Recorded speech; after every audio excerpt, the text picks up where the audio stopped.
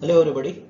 आज fluid mechanics में हम स्टार्ट करने वाले हैं आर्किमिडीज प्रिंसिपल। बड़ा इंटरेस्टिंग टॉपिक है, तो चलिए शुरू करते हैं। Exactly what is the Archimedes principal? इसमें हम क्या देखने जा रहे हैं या ये क्या बताता है? आर्किमिडीज प्रिंसिपल ये कहता है कि अगर कोई ऑब्जेक्ट थोड़ा या पूरा किसी लिक्विड में, फ्लूइड में डूबा हुआ हो, तो उस पर एक अपवर्ड डायरेक्शन में फोर्स एक्ट करता है जितना कि वो ऑब्जेक्ट उस लिक्विड या फ्लूइड को डिस्प्लेस करता है। फाइन। इस प्रिंसिपल की सहायता से हम कोई ऑब्जेक्ट फ्लोट करेगा, सिंक करेगा, इस चीज को एक्सप्लेन करते हैं। अब इसका एप्लीकेशंस क्या होता है, क्यों पढ़ने जा रहे हैं, थोड़ा सा आइडिया लेके फिर डिटेल में डिस्कशन करेंगे। एक तो जो पानी के जहाज वगैरह होते हैं, शिप्स होते हैं, उन पे जो बाउंसी लगती है उसको पता करने के लिए इसको हम स्टडी करते हैं। फिर सबमरीन्स हैं, अंडर वाटर वेसल्स हैं, उनकी डिजाइनिंग में ये प्रिंसिपल हमारे काम में आता है।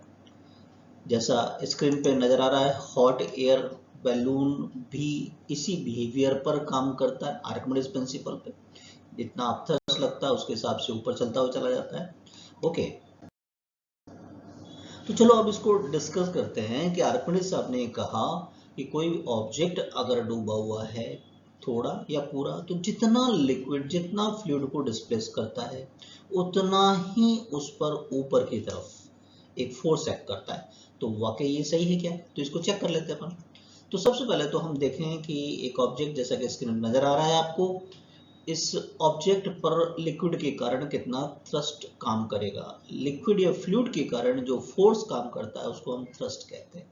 तो देखिए, दो फोर्सेस काम कर रहे हैं इसके, एक तो ऊपर वाले सरफेस से, नीचे वाले वर्टिकल डायरेक्शन के अंदर बात करते हैं। यदि हम F1 की बात करें तो F होता क्या है? Pressure multiply by the area. तो absolute pressure, right? Previous lectures में हमने डिस्कस किया कि what is the gauge pressure, what is the absolute pressure. Absolute मतलब टोटल प्रेशर। तो इस ऊपर वाले सरफेस पर यदि मैं बात करूं तो एक एटमॉस्फेयर प्रेशर होगा, और ऊपर इसके जितनी भी हाइट तक लिक्विड है, जो H1 यहाँ पर बताया, उसकी वजह से गेज प्रेशर होगा। तो एब्सोल्यूट प्रेशर कितना हो गया? P नॉट मान लीजिए एटमॉस्फेरिक प्रेशर, और H dg कहते हैं ना, तो H1 dg ये प्रेशर हो गया, multiply by this cross sectional area. तो ऊपर से जो फोर्स काम कर रहा है वो कितना है? F1 है इसका, जिसकी डायरेक्शन क्या है? डाउनवर्ड। फाइन। अच्छा, एक F2 फोर्स भी इसी पे काम कर रहा है जो कि अपवर्ड डायरेक्शन में है। तो देखिए, ए पॉइंट पर यदि मैं एब्सोल्यूट प्रेशर की बात करूं तो atmospheric pressure P not plus gauge pressure. Gauge pressure इस पॉइंट तक कितना ऊपर ऊपर लिक्विड है? H2 हाइट तक है, तो H2 dg कह देंगे। तो एब्सोल्यूट प्रेशर या टोटल प्रेशर कितना हो गया? P not plus H2 dg multiply by cross sectional area, उसको ए कह दिया अपन ने। इसकी डायरेक्शन क्या है? अपवर्ड डायरेक्शन में। अब आप खुद से देखो कि F1 ज्यादा है कि F2 ज्यादा है, तो ये इससे पता लग जाएगा। बाकी तो सारी चीजें कॉमन है H1 और H2 से, कि H1 ज्यादा है कि H2, ऑब्वियस है कि H2 ज्यादा है। इसका मतलब F2 की वैल्यू F1 से ज्यादा होगी। यस और नो? तो मीनिंग ये हो गया कि नेट फोर्स इस ऑब्जेक्ट पर अपवर्ड डायरेक्शन में काम करेगा, और वो नेट फोर्स जो काम करेगा उसकी वैल्यू क्या होगी? F2 minus F1। क्लियर है इतनी बात? तो माइनस कर लें F2 में से F1 को, तो P नॉट से तो P नॉट A कैंसिल हो जाएगा आपका, तो यहाँ H2 माइनस H1 और बाकी चीजें अपन कॉमन ले लें, dGA। यहाँ तक क्लियर है? फाइन।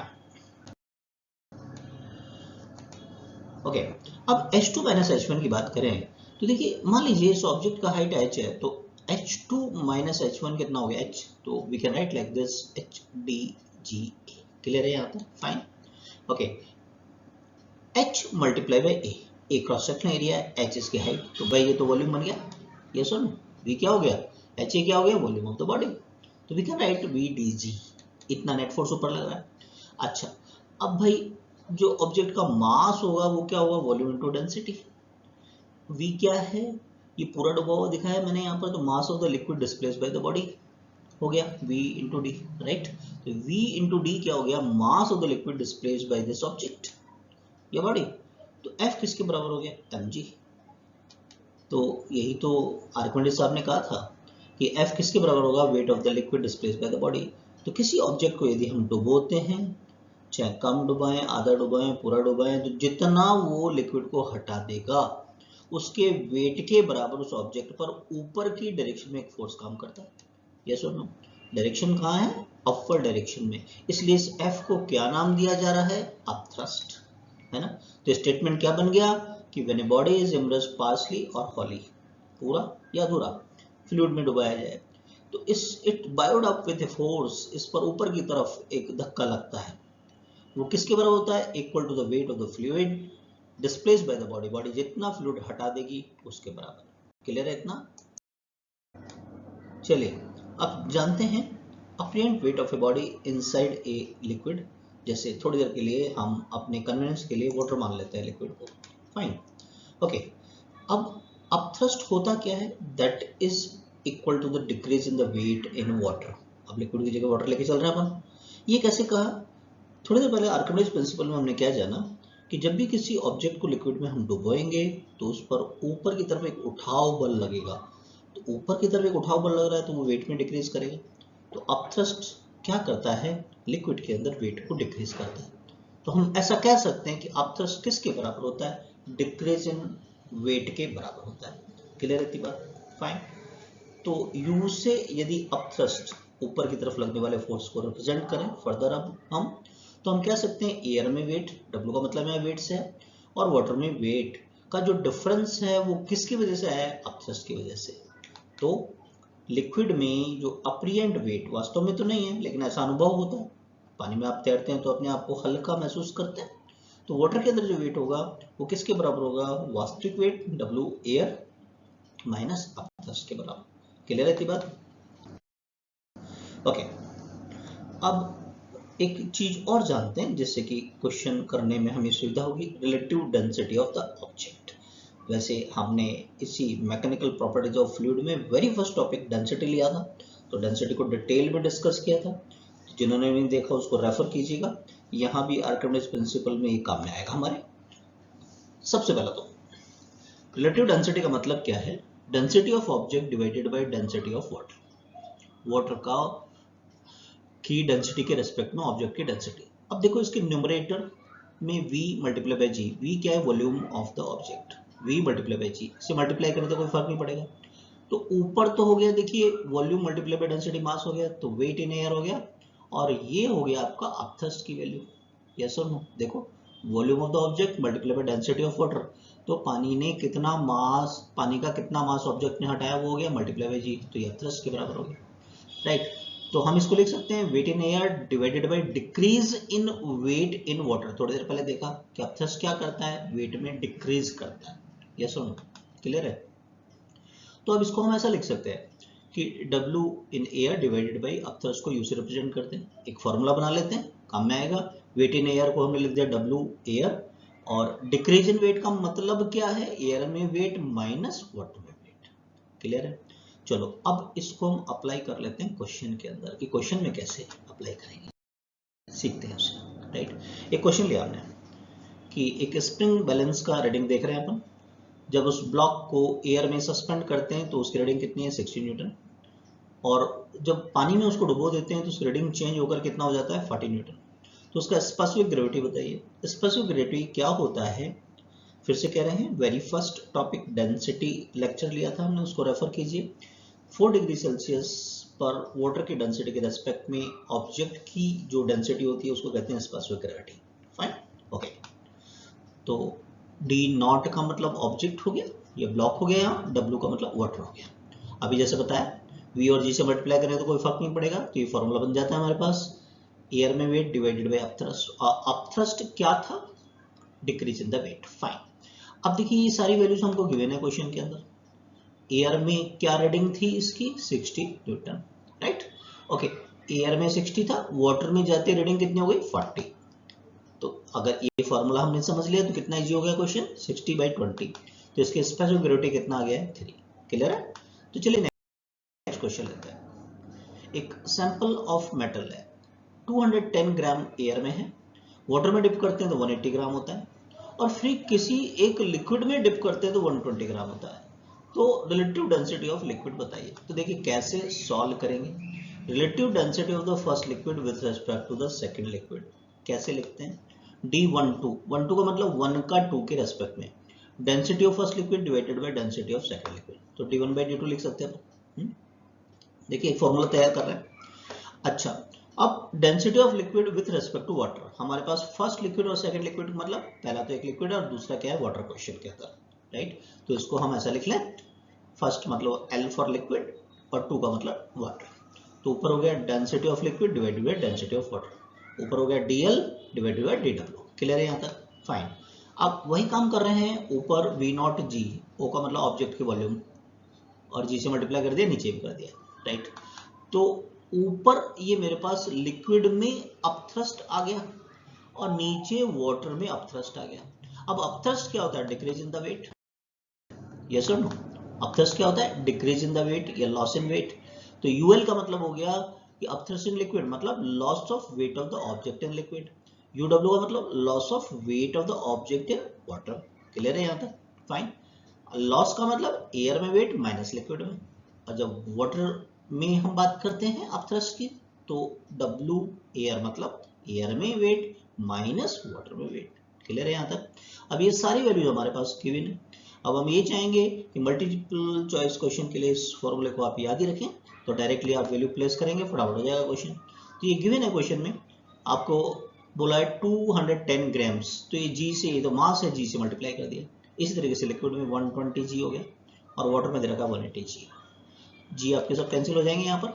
ऊपर 210 से 120 को माइनस करेंगे तो कितना आएगा, 90, और 210 में से 180 को करेंगे तो 30, तो ये कितना आ गया आपके पास 3। तो इसका स्पेसिफिक ग्रेविटी कितना आ गया, 3। क्लियर है? ओके, नेक्स्ट क्वेश्चन ले लेते हैं। एक ऑब्जेक्ट है, जब उसको किसी लिक्विड में वे करते हैं जिसकी डेंसिटी D1 है तो M1 मास है उसका, और जब उसको किसी D2 डेंसिटी के लिक्विड में वे करते हैं तो M2, तो उस ऑब्जेक्ट की डेंसिटी कितनी है? अच्छा क्वेश्चन है, राइट। हमने एक चीज देखा था, लिक्विड में वेट कम हो जाता है, किसकी वजह से हो जाता है, एयर में वेट माइनस अपथ्रस्ट। क्लियर है? यहां से स्टार्ट कर रहे हैं। यदि थोड़ी देर के लिए मान लें कि mass of the object M है और वॉल्यूम किसका, ऑब्जेक्ट का वॉल्यूम V है, थोड़ी देर के लिए, तो देखिए लिक्विड में वेट बोला है, तो मास लिक्विड में हमको क्वेश्चन में दे रखा है कितना है, फर्स्ट में M1G लिख सकते हैं। मान लीजिए रियल मास कितना है M, तो एयर में कितना हो गया उसका वेट Mg माइनस U, तो ये हमारे पास एक इक्वेशन आ गया। U का मतलब वॉल्यूम मल्टीप्लाई बाय डेंसिटी, कहाँ मेजर कर रहे हैं अपन, फर्स्ट लिक्विड में बात कर रहे हैं D1 में G। क्लियर है ना? तो इसको फर्स्ट इक्वेशन कह दिया हमने। इसी तरीके से सेकंड लिक्विड में यदि हम मास बात करते हैं तो उसमें मास कितना दे रखा है, M2, तो ये इक्वेशन को हम ऐसा लिख सकते हैं, ये हमारे पास सेकंड इक्वेशन आ गया। क्लियर है यहाँ तक?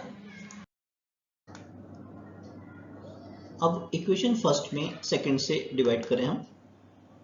फर्स्ट इक्वेशन था हमारे पास M1G equal to VDG minus VD1G divided by M2G VDG minus VD2G। Fine, okay. तो इसको सॉल्व करें थोड़ा सा। ऊपर से देखिए Vg कॉमन ले सकते हैं और नीचे से भी, तो ये कैंसिल कर देंगे अपन, यहाँ से G कैंसिल हो गया और इधर Vg से Vg कैंसिल हो गया हमारा, तो इक्वेशन सॉर्ट हो गया, M1 डिवाइडेड बाई M2, और ये डेंसिटी की टर्म्स हमारे पास आ गई।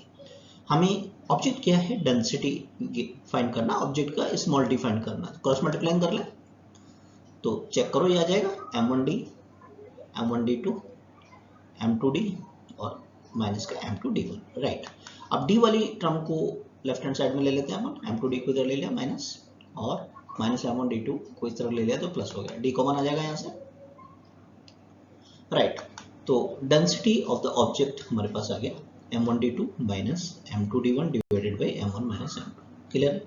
Fine, okay. नेक्स्ट क्वेश्चन ले लेते हैं, कैसे आर्किमिडीज प्रिंसिपल पर क्वेश्चन बनते हैं। Wait of the block in air है 15 न्यूटन, और जब वाटर में वे करते हैं उसी ब्लॉक का तो 12 न्यूटन आता है, और जब किसी लिक्विड में सबमर्ज कर देते हैं तो 30 न्यूटन आता है। तो फर्स्ट पार्ट है क्वेश्चन का, पहले तो ब्लॉक का रिलेटिव डेंसिटी बताओ, रिलेटिव डेंसिटी यानी वाटर के रेस्पेक्ट, राइट। तो पहले हमने लिख दिया D0 बाई DW, और ये तरीका हमने बताया कैसे लिख सकते हैं, Vg से ऊपर मल्टीप्लाई कर दिया नीचे, तो ऊपर weight in air divided by upthrust, upthrust का मतलब लॉस इन वेट। क्लियर है यहाँ तक? अब ये रीडिंग हमको दे रखी है तो हम आराम से relative density of the block find कर सकते हैं, राइट। वैल्यू रख दो, एयर में कितना है 15, राइट, वाटर में कितना है 12, राइट। तो यहाँ पर relative density of the block हमारे पास आ रहा है कितना, 5। क्लियर है। Second part of the question का second part, relative density of the liquid, right. तो ऊपर लिक्विड लिख दिया, नीचे वाटर लिख दिया, ठीक है। तो ऊपर अपथस लिक्विड का बन जाएगा, नीचे वाटर का। तो ऊपर decrease in the weight in the liquid, एक क्वेश्चन कर चुके हैं हमारे इस तरीके का, decrease in the weight in the water, fine. अब decrease in the weight in the liquid का मतलब एयर में माइनस लिक्विड में वेट, और decrease in the weight in the water का मतलब एयर में माइनस वाटर में। चारों रेडिंग हमारे पास है, रख दीजिए। कितना आ गया है, 2/3। क्लियर है। सिंपल हमने और भी लिया है आज आर्किमिडीज प्रिंसिपल का। मेन इसका जो यूटिलाइजेशन होता है वो लॉज ऑफ फ्लोटेशन में होता है, कि कोई ऑब्जेक्ट को रखेंगे हम तो डूबेगा कि तैरेगा। तो इसको हम डिटेल में नेक्स्ट लेक्चर में डिस्कस करेंगे। फर्स्ट टाइम जो भी आए हैं सब्सक्राइब कीजिए जिससे कि मिल सके इस लेक्चर में। Thank you for watching.